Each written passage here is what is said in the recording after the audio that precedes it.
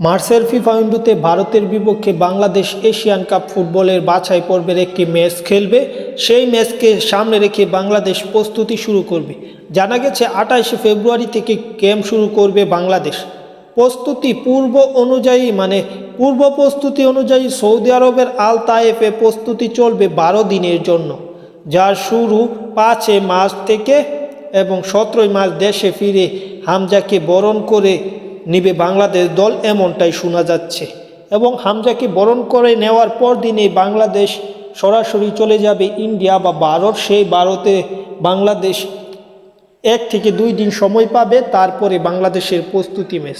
এই ম্যাচকে সামনে রেখে বাংলাদেশ ফুটবল দলের অনেক প্ল্যান আছে। বাংলাদেশ এই ম্যাচটি জিতে 1980 সালের পর এবার আবার এফসি এশিয়ান কাপ ফুটবলে টুর্নামেন্টে খেলতে চায়।